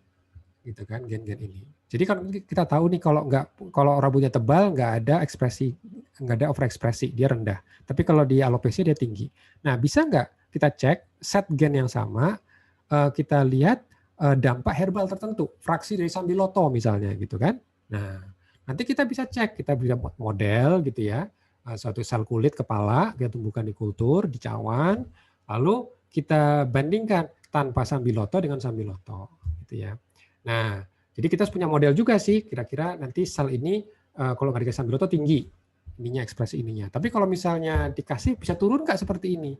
Kalau ternyata secara in vitro bisa turun seperti itu, kita bisa buat hipotesa. Berarti ini kita kumpulkan nih orang-orang yang punya alopecia, kita bagi 2. Satu dikasih ekstraksi sambiloto, satu dikasih placebo. Lalu kita oleskan di situ. Nah, turun nggak ekspresi ini inflamasi? Nah, kalau misalnya turun, jadi tumbuh apa enggak? Ininya rambutnya gitu ya. Itu yang bisa salah satu cara ya untuk kita bisa membangun hipotesa seperti itu. Ya, jadi kita lihat dari ekspresi ini untuk melihat apakah ini sebab atau akibat. Karena bisa jadi ini akibat. Kalau ini akibat berarti pemberian sambiloto nggak akan berpengaruh gitu ya. Karena dia bukan penyebab ya. Jadi naik turunnya adalah penyebab. Di sinilah kita bisa membangun suatu hipotesa ini ada di mana penyebab atau akibat. Oke. Nah, di sini kontrol gen ekspresinya di mana? Ekspresi gennya ada di sini. Sekali lagi di bagian promotor sikon ini. Jadi upstream istilahnya. Jadi kalau ini adalah gen, ya gen di sini, tapi naik turunnya gen dikendalikan di sini. Sekuen ada di sini. Dan sekuen di sini itu kan diikat oleh banyak protein. Nah, protein-protein itulah yang mungkin adalah kunci pengendaliannya. Gitu ya. Oke. Dan kalau kita ketahui yang namanya ekspresi itu bisa naik turun. Salah satunya apa? Oleh makanan.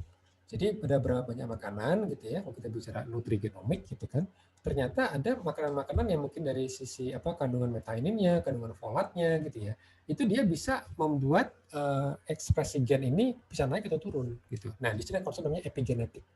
Jadi tidak hanya melihat dari sekuen dari gennya saja, tetapi juga bagaimana gen nanti ini bisa diekspresikan. Jadi kalau misalnya kita lihat ini jadi struktur dari gen kita. Jadi kalau kita lihat ini adalah DNA ya. DNA itu kan nggak cuma untayan nukleotida saja sebetulnya. Dalam dunia nyata dia itu di spool gitu ya. Jadi benang-benang tadi itu di spool. Ada spool namanya protein. Nah, protein namanya histon. Histon ini sisi terluarnya itu asam amino lisin. Oke. Nah, kalau kita lihat, kenapa kok bisa si DNA ini bisa bersimpul dengan histon ini? Karena histon itu kan lisin. Lisin itu apa? Lisin itu kan asam aminonya dia punya charge yang positif.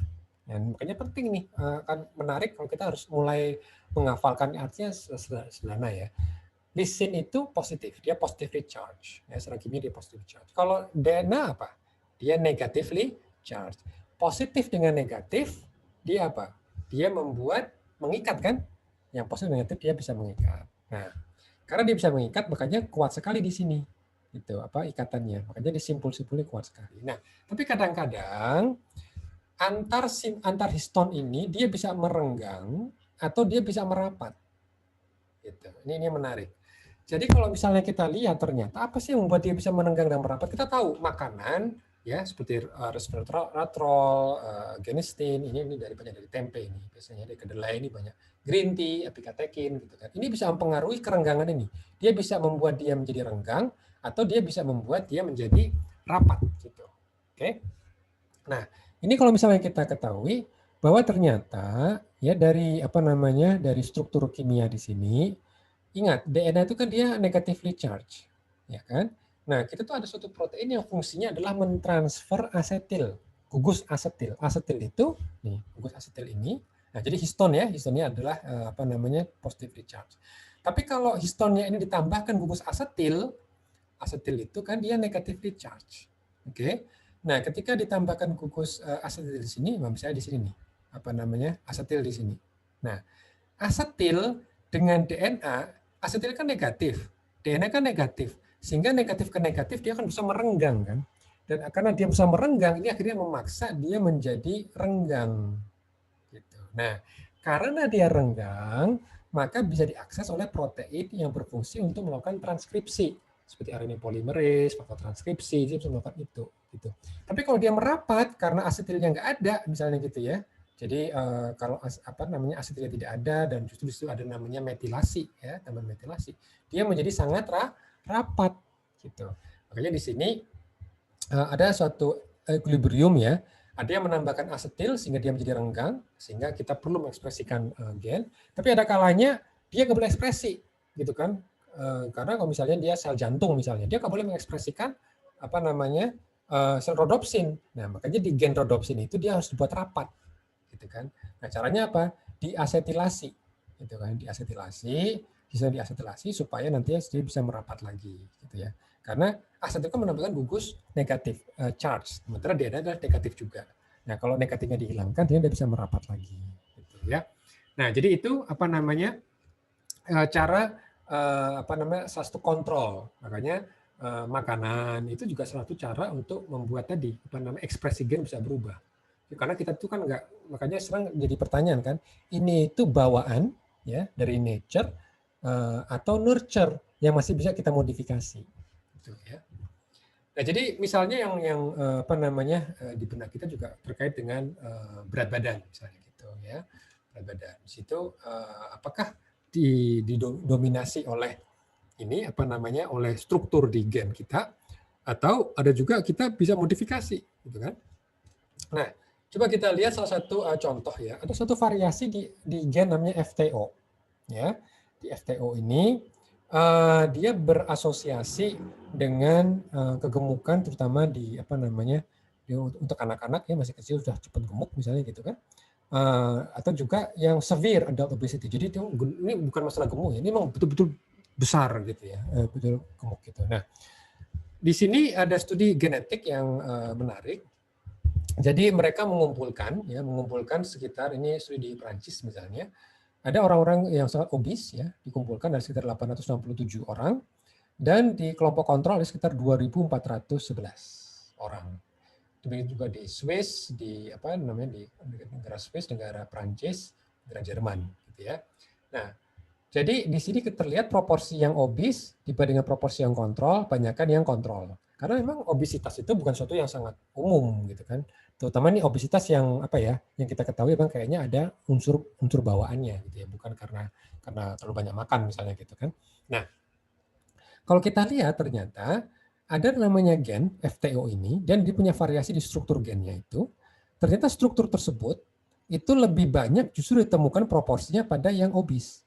Jadi kalau misalnya secara umum kalau secara statistik kita akan berpikir karena yang obes ini lebih sedikit daripada yang kontrol, maka kalau misalnya ada gen yang tidak ada hubungannya, dia juga lebih sedikit proporsinya pada yang obes. Tapi kalau khusus mengenai FTO ini, justru varian ya, jadi kan ada dua varian, ada varian T, ada varian C. Ternyata yang varian C itu lebih banyak juga di kasus yang obes. Padahal kan perbandingannya 1:3 nih kira-kira, ya kan? Tetapi di varian C-nya itu hampir separuh-separuh.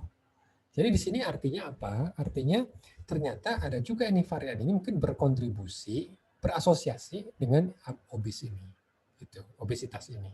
Makanya di sini p-value-nya juga lumayan tinggi, overall risk-nya 1,56. Jadi sekitar hampir 1,5 kali lipat. Jadi kalau orang punya variasi ini, kemungkinan dia akan menjadi tadi obesitas di masa childhood atau severe obese di adult itu 1,5 kali lipat. Kan? Lebih tinggi daripada orang yang nggak punya. Nah, apa itu FTO? FTO adalah Fat Mass and Obesity Associated Gene yang predispose ke diabetes through effect of BMI. Gitu. Nah, jadi apa sih nih yang mereka temukan di RS1421085? Gitu.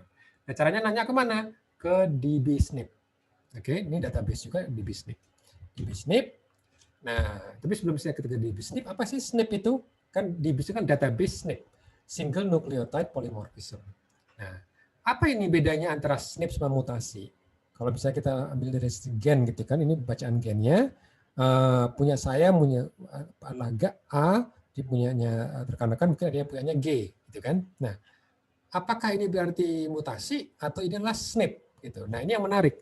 Karena kita harus ketahui bahwa yang namanya istilah mutasi itu dia biasanya berasosiasi kuat dengan apa? Dengan penyakit. Tapi kalau misalnya nih secara fenotip nih kita nggak ada penyakit, sebetulnya A sama G ini berarti memang punya variasi saja. Ya, makanya disebut dengan polymorphism. Oke, single nucleotide polymorphism. Jadi kita berbeda hanya di satu titik ini. Nah, karena tidak berasosiasi langsung dengan apa? Dengan penyakit. Ya, makanya kita bisa mengatakan oh pokoknya yang A yang versi mutan gitu ya. Enggak. Karena apa? Berarti hanya variasi saja. Nah, memang kejadian SNP atau mutasi bisa aja berlangsung di mana-mana ya, bisa di sel promotor, bisa di ekson, bisa di intron, di mana aja, gitu kan. Nah, tinggal nanti asosiasinya dengan fenotip seperti apa. Gitu. Jadi ada kalanya SNP ini dia memang nggak ada hubungan apa-apa, tidak bisa berdampak kepada efek produksi protein atau fungsi gitu ya. Tapi kadang-kadang kalau misalnya dia di regulatory sequence di promotor jangan-jangan nih ini non coding ya, berarti dia tidak menyandi di protein, dia bisa merubah nih jumlah protein yang bisa terekspresi. Atau dia bisa merubah asam amino ya dari protein, gitu kan. Nah, jadi SNP ini jadi misalnya ini adalah bagian dari tadi DNA gitu ya. Punya saya mungkin A ketemu sama T di titik ini, tapi di orang lain mungkin G sama C. Tapi biasanya nanti yang namanya polimorfisme itu variasinya harus banyak. Jadi biasa definisinya kalau di atas 1%. Jadi kalau misalnya dia 6% dari populasi ini tentu umum. Ya, cukup banyak. Sementara kalau dia hanya ditemukan sangat sedikit, kurang dari 1%, bahkan 0,1%. Nah, jangan-jangan ini memang mutasi. Karena bisa berdampak dengan penyakit. Jadi misalnya kalau kita bicara kanker misalnya. Kanker itu kan prevalensinya nggak 10% di populasi kita. Jadi kalau kita bicara Indonesia adalah sekitar 200 juta, sementara kita menemukan ada variasi gen yang proporsinya ada sekitar 10% di populasi ya, polymorphism, itu berarti kita tahu persis ini dia tidak menyebabkan langsung terjadinya kanker. Karena proporsi kanker sangat sedikit. Tapi kalau misalnya dengan yang lain, apakah meningkatkan risiko? Nah itu mungkin. Tapi dia tidak langsung menyebabkan suatu penyakit. Tapi kalau dia sangat sedikit dan ini cocok dengan prevalensi penyakit, berarti jangan-jangan dia adalah penyebabnya. Gitu ya. Jadi ini yang kita juga harus lihat. Jadi korelasi antara struktur dengan fenotip itu juga harus clear. Kita juga prevalensi di populasi. Oke, sekarang kita tanya ke database. Ini juga dari NCBI. Kita masukkan tadi RS tadi ya. RS1421085. Nah, dari sini kita bisa melihat varian-varian. Jadi yang varian yang berasosiasi dengan obesitas itu kan yang C. Ya, yang C tadi ini. Nah, yang C ini kita ingin tahu di populasi itu berapa banyak, gitu kan? Proporsinya. Dan ternyata yang menarik adalah begini. Kalau kita lihat ini kan banyak studinya di Eropa, gitu ya, di Eropa. Nah, ini ada perbedaan nih. Kalau misalnya di Korea itu mungkin cuma sekitar 13%. Di Vietnam cuma 14% gitu ya. Tapi kalau di negara lain bisa tinggi. Di Siberia misalnya 36. Mungkin kalau di Siberia kan dingin ya. dingin. Makanya dia perlu yang obes gitu supaya banyak lemak gitu kan, supaya dia bisa tahan. Sementara kalau misalnya kita lihat di Asia, dia mungkin memang nggak perlu banyak lemak sebetulnya gitu kan. Makanya proporsi yang apa namanya ini relatif lebih sedikit. Nah, tentu yang menarik Indonesia gimana nih gitu kan. Misalnya kalau kita punya suatu hipotesa, orang-orang ini kok kayaknya kok apa namanya ada cenderungan obes gitu ya, gemuk gitu. Nah, kita bisa kumpulkan itu orang-orang langsing dibandingkan orang-orang yang apa tadi gemuk tadi ya, gemuk banget. Kita cek variasi ini RS 4142185 gitu kan. Apakah terbukti juga untuk populasi di Indonesia gitu.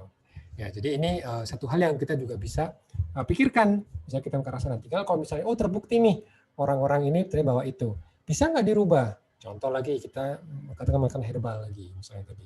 Nah, orang-orang yang punya variasi ini, yang dia bisa cenderung obes, setelah ditambahkan itu, dia bisa menurun apa tidak, gitu kan? Apa namanya berat badannya, misalnya begitu. Nah, jadi kalau kita lihat fungsi dari FTO gen ini menarik ya. Jadi ketika dia diinaktivasi dengan mencit, mencitnya jadi langsing, tanda kutip ya.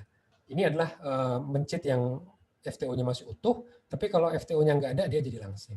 Cuma masalahnya, hilangnya fungsi itu nggak ada di dunia nyata. Yang ada, dia ditemukannya di exon 1, jadi di regulatory. Gitu. Nah, di sini lah posisi dari RS141085 di sini. Oke, dia tidak banyak apa namanya, bukan di coding, dia tidak menyebabkan fungsinya hilang sebetulnya, tapi lebih mungkin regulatory. Nah, ini jadi menarik gitu ya. Kalau kita lihat lokasi di kromosom. Jadi ini posisi dari gen FTO, ini posisi dari variannya, dan dia di sini, jadi kita harus melihat sebagai 3 dimensi nih. Ternyata dia juga bersinggungan dengan 2 macam protein yang lain, IRX5 dan IRX3. Jadi kalau misalnya nih varian yang T, dengan varian T, jadi varian T ini yang langsing, ya, varian C ini yang obes, asosiasinya, gitu kan? Nah, ternyata kalau dia variannya dia masih yang varian T, ya varian langsing, apa yang terjadi? Ternyata di varian ini dia itu lokasi di sini itu tempat mengikatnya protein represor namanya ARID5B. Nah, ARID5B adalah transkripsi represor. Jadi kalau dia bisa mengikat, ini membuat downstream gen. Jadi kalau misalnya di sini masih ada versi yang ini ya masih utuh, dia akan mengikat nih ARID5B. Nah, ARID5B ini adalah represor. Tapi represornya ini dia bukan tidak merepres FTO, dia merepres 2 gen ini, X5 dan X3. Nah, ketika ini direpres, apa yang terjadi? Ini direpres, nanti dalam fisiologi tubuh dia cenderung membuat adiposit yang beige, gitu kan? Yang brown mungkin kali ya, yang arah apa namanya ke arah coklat. Tetapi untuk orang-orang yang ternyata memiliki C, si protein ini nggak bisa mengikat lagi. Represor ini nggak bisa mengikat lagi, ya bebas merdeka di daerah sini. Dampaknya apa? Yang X5 sama X3 ini jadi nggak ada lawannya, karena kan dia nggak yang bisa direpres nggak direpreskan. Akhirnya dia bisa muncul nih banyak ekspresi dari protein ini. Nah, ketika protein ini terekspresi, dia menginduksi terbentuknya adiposit yang putih, white adipocyte. Nah, white adipocyte inilah yang menyimpan banyak sekali lemak. Jadi bahkan bisa dibayangkan bahwa ternyata disinilah regulasi gen itu penting, gitu kan? Dan ini mungkin bisa dibawa oleh apa namanya variasi di sini. Nah, cuma nanti yang jadi pertanyaan memang, apakah orang yang apa namanya yang membawa variasi ini, ya variasi yang C ini, udah pasti obes kan gitu, ya kan? Nah, nanti kita bisa lihat ternyata ada juga nih orang dia bawa variasi C, tapi dia nggak obes tuh gitu. Nah, kita bisa pelajari. Kamu makannya apa sih gitu kan, apakah ada aktivitas olahraga seperti itu gitu kan. Nah, itu yang akhirnya nanti kita bisa tahu biologi itu selalu ada interaksi antara apa namanya antara yang fix seperti DNA kan fix, kayak adanya C di sini fix, dia lahir dia sudah punya bawa C ini gitu ya. Nah, tapi apakah itu berarti kayak semacam vonis bahwa dia pasti akan jadi gemuk gitu kan. Nah, gitu. Nah, ini kita bisa di populasi kita juga kan. Ya, jadi ini adalah slide saya yang terakhir ya, slide yang terakhir. Jadi tujuan saya di sini dengan banyak sekali apa namanya menceritakan terkait dengan bioinformatik. Sebetulnya saya ingin memulai dengan selalu mulai dengan pertanyaan. Jadi bioinformatik itu kan sebetulnya hanya sebagai alat saja kan. Tapi awalnya kita harus mulai dengan pertanyaan. Pertanyaan apa yang mau kita cari? Kalau kita bicara penyakit, ya kita harus tahu deskripsikan dulu penyakitnya apa. Nah, solusinya apa? Bisa nggak dicegah? bisa nggak diobati? Lalu mekanisme terjadinya penyakit seperti apa? Oh, mungkin ada mutasi gen. Oh, atau ada variasi tadi itu. Ada variasi di ekson 1. Ya, dia tidak menyandi, tapi dia bisa meregulasi protein yang lain. Mungkin ada metilasi. Di mana lokasi perbedaannya? Di promotor, atau di ekson, atau di mana? Nah, lalu dampak mutasinya apa? Ya, terhadap ekspresi. Ya, kalau misalnya itu pernah ada mutasi. Bisa nggak itu diobati? Ada kemungkinan resistensi. Nah, bisa nggak kita buat hipotesa? Gitu. Jadi ini memang mulai pertanyaan dulu. Dari pertanyaan dulu apa yang mau kita selesaikan. Nah, di sini adalah apa yang saya sampaikan, ada beberapa tools ya, supaya kita bisa mulai banyak belajar deskripsi penyakit itu. Kalau kita punya hipotesa, kita bisa cari gen kita, similarity-nya seperti apa. Kita bisa lihat frekuensi dari variasi itu ada berapa banyak di populasi, dan seterusnya, dan seterusnya. Ya. Tinggal nanti kita mau bicara apa kita bisa intervensi apa tidak. Gitu ya. Oke, jadi inilah definisi yang terakhir. Bahwa yang namanya kalau bioinformatik banyak definisi. Kalau kita ke Google gitu ya banyak. Tapi ini yang saya suka. Bioinformatik itu adalah disiplin yang muncul ya, sudah lama muncul sih sebetulnya ya, sejak tahun 80-an sebetulnya. Dia mengkombinasi banyak hal. Matematika, informasi, informatika. Jadi kalau tadi misalnya kita zaman dulu nih, kita mencari frame-nya tadi kan 3-3 kan. Kita cari 3-3-3 gitu kan. Putus nggak jadi stop codon gitu kan. Oh, kalau ternyata seperti jadi stop codon bukan ya, ini frame-nya, cari frame yang berikutnya. Nah, ini kita dengan komputer bisa lebih cepat untuk mencarinya. Tapi dia juga bioinformatik tidak hanya informatikanya, tapi dia juga merepository, mengumpulkan data-data mengenai biologinya, mengenai fenotipnya, sehingga kita bisa berpikir strukturnya tadi itu fungsinya seperti apa, dan bisa nggak itu kita punya hipotesa baru untuk menjawab pertanyaan-pertanyaan biologisnya.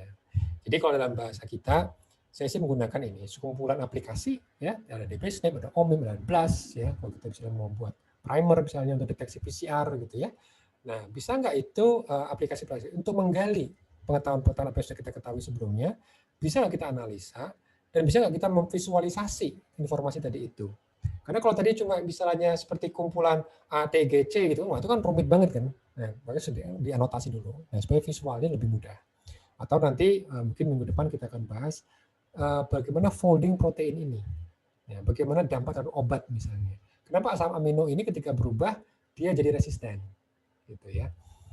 Oke, baik. Ini kayaknya slide saya yang terakhir ya. Oke, baik. Ya, nggak terasa di jam saya udah hampir 9:30 ya. Oke. Rekan-rekan sekalian, ini tadi yang saya sampaikan. Yang ikut masih utuh ya. Oke, masih 22 orang. Ya, oke. Makasih ini kita bisa berpanjang lebar di sini.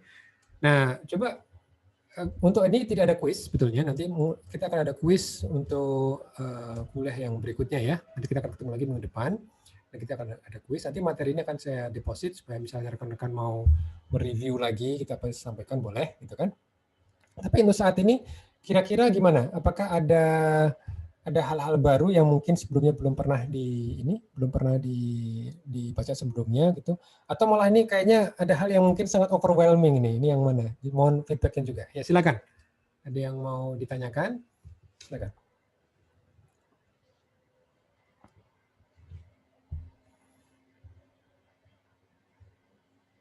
Biasanya kalau nggak ada yang bertanya itu kemungkinan dua. Ini semua paham atau semua nggak paham gitu. Saya harus menduga-duga ini yang mana kemungkinannya gitu ya. Atau mau saya kuis satu persatu nih secara acak. Kira-kira yang mana? Oke. Ya silakan.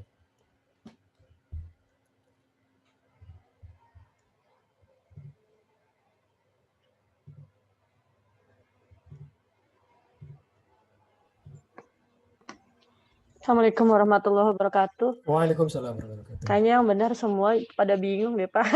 Oh udah bingung ya, oke. Sebenarnya nggak bingung sih Pak, cuman kayaknya memang kita harus ngerti yang tadi awal-awal tuh Pak, replikasi, terus yang ribosom segala macam harus kita perdalam juga, plus yang 20 protein asam amino yang Bapak bilang kita harus ini juga, kayak dari situ sih Pak. Cuman kalau saya pribadi, tadi melihat kuliah Bapak, oh udah ada sedikit secercah harapan. Maksudnya, oh ini kesini gitu loh Pak.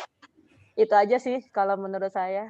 Cuman kalau saya masih bingung yang tadi, karena yang itu kan kuliah Dokter Yuli itu yang pertama-tama itu kuliah Pak Samsul kan itu.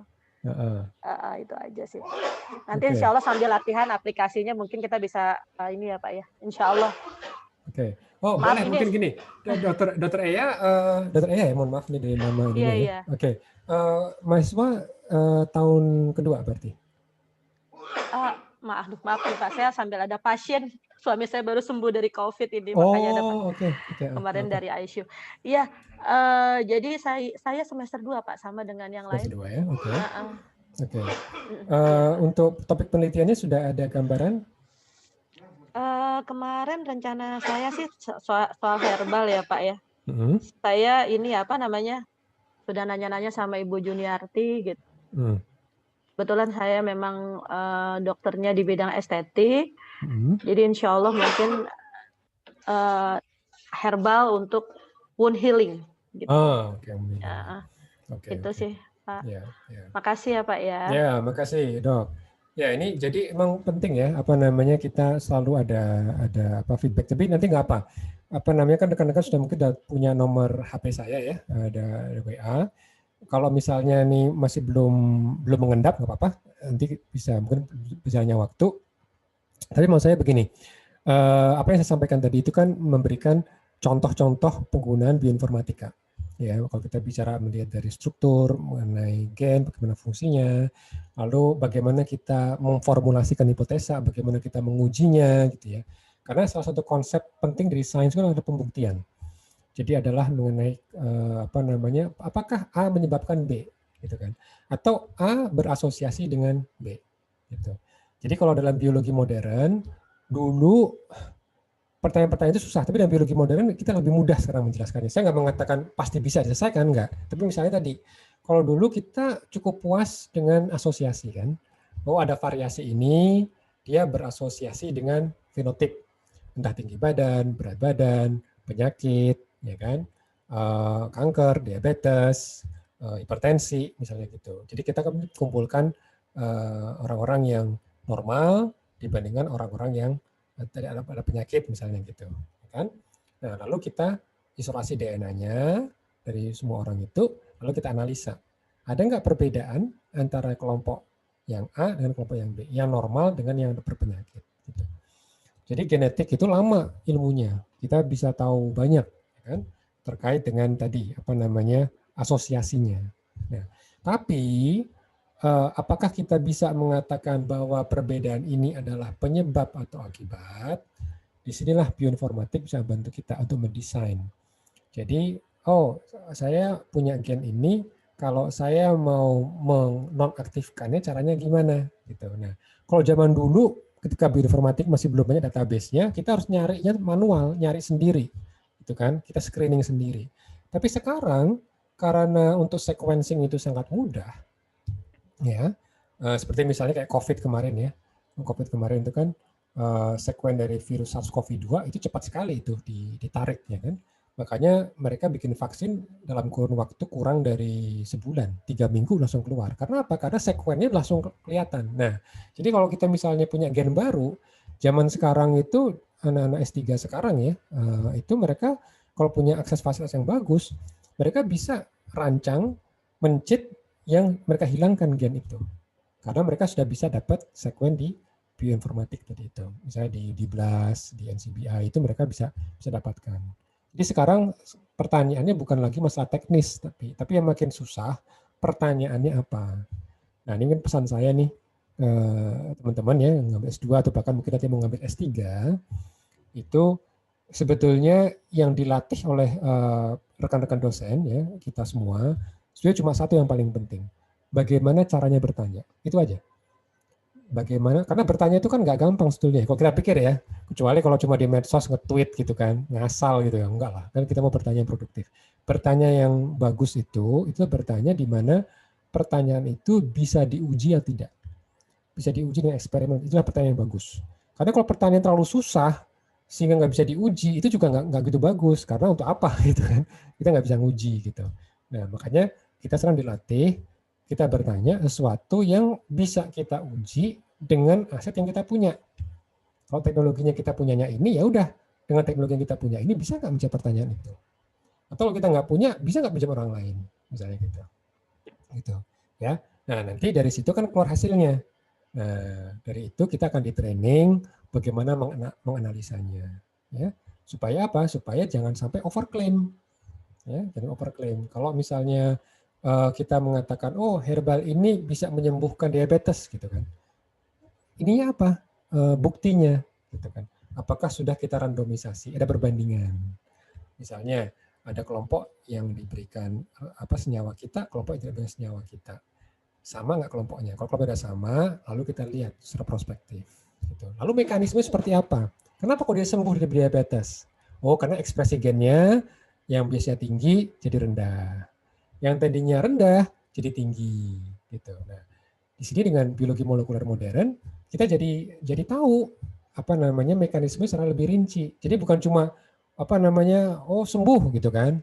Nah, sembuh itu kan kadang-kadang ini ya, subjektif gitu. Sebenarnya dia nggak sembuh, tapi dia merasa happy aja gitu kan. Ya nggak apa-apa juga sih kalau manusia, yang penting kan dia happy gitu kan. Tapi secara biomol, kita juga harus tahu mekanismenya seperti apa. Makanya kita tadi belajar kan ekspresi gen, ya, dari gen ini bagaimana dampaknya, kalau dihilangkan apa dampaknya pada fenotipnya gitu. Ya. Oke, baik. Kira-kira masih ada lagi yang mungkin saya perlu ini ini waktunya mestinya berapa lama ya? Oke.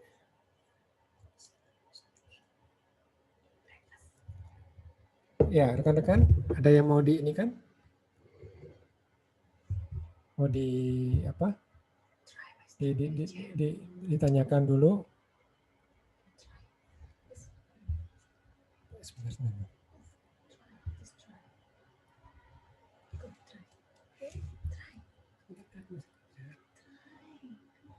Oke, ya. Rekan-rekan ada yang mau diklarifikasi dulu? Ini berarti udah jelas semua berarti kali ya?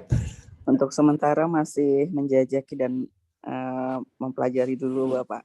Karena bioinformatika ini kan kami baru mendengar sebenarnya. Oh, pertama kali? Iya, karena kami kan, jadi mohon maaf apabila masih vakum, insya Allah ke depannya dengan kami penjajakan terlebih dahulu sekarang, mudah-mudahan pertanyaan-pertanyaan bisa kami kumpulkan. Ya, oke. Terima kasih Bapak. Terima kasih, nggak ada masalah, itu no problem. Coba nanti kalau misalnya tadi sekali lagi ya, konsep-konsep ini kan memang saya yakin memang agak jadi overwhelming gitu. Saya sendiri juga belajar ini perlu bertahun-tahun gitu. Baik, kalau misalnya nggak ditanyakan, nggak apa, nanti saya akan deposit filenya ini ya ke rekan-rekan sekalian. Nanti untuk pertemuan berikutnya, saya sampaikan, saya akan menggunakan sampel di kanker ya, sebagai contoh, karena memang saya lebih lama berdiskusi, meneliti di kanker. Nah, nanti kita akan lihat lagi apa tadi database tadi itu kita gunakan untuk menjawab pertanyaan terkait dengan kanker. Jadi intinya sama. Jadi apa itu penyakit kanker? Kenapa orang bisa kena kanker? Apakah itu terkait dengan variasi genetiknya? Kalau dia ternyata ada mutasi, dampaknya apa terhadap fungsi gen? Bagaimana dampak terhadap senyawa di biologinya? Bisa nggak itu dicegah? Bisa nggak itu diobati? Kalau ternyata diobati, ada nggak nanti ternyata dia menjadi resisten? Nah, resistensi itu bisa nggak diantisipasi? Gitu ya. Oke. Sebentar. Oke, ya. Oke, kalau begitu, kalau misalnya nggak ada lagi yang bisa saya bisa tutup ya kalau gitu ya. Nanti sekali lagi kalau ini jangan sungkan untuk kirim saya WA, kan nomor saya sudah ada. Nanti ini kan saya masukkan di ini. Baik, kalau begitu, saya bisa izin pamit ya, kalau begitu ya. Baik. Atau ada yang mau kan? Komentari dulu sebelum saya tutup. Ya, boleh Pak Ahmad, nanti recordingnya mungkin. Oh iya, nanti recordingnya nih akan tersimpan ketika saya leave. Kalau saya nggak leave nanti masih jalan recordingnya itu. Iya.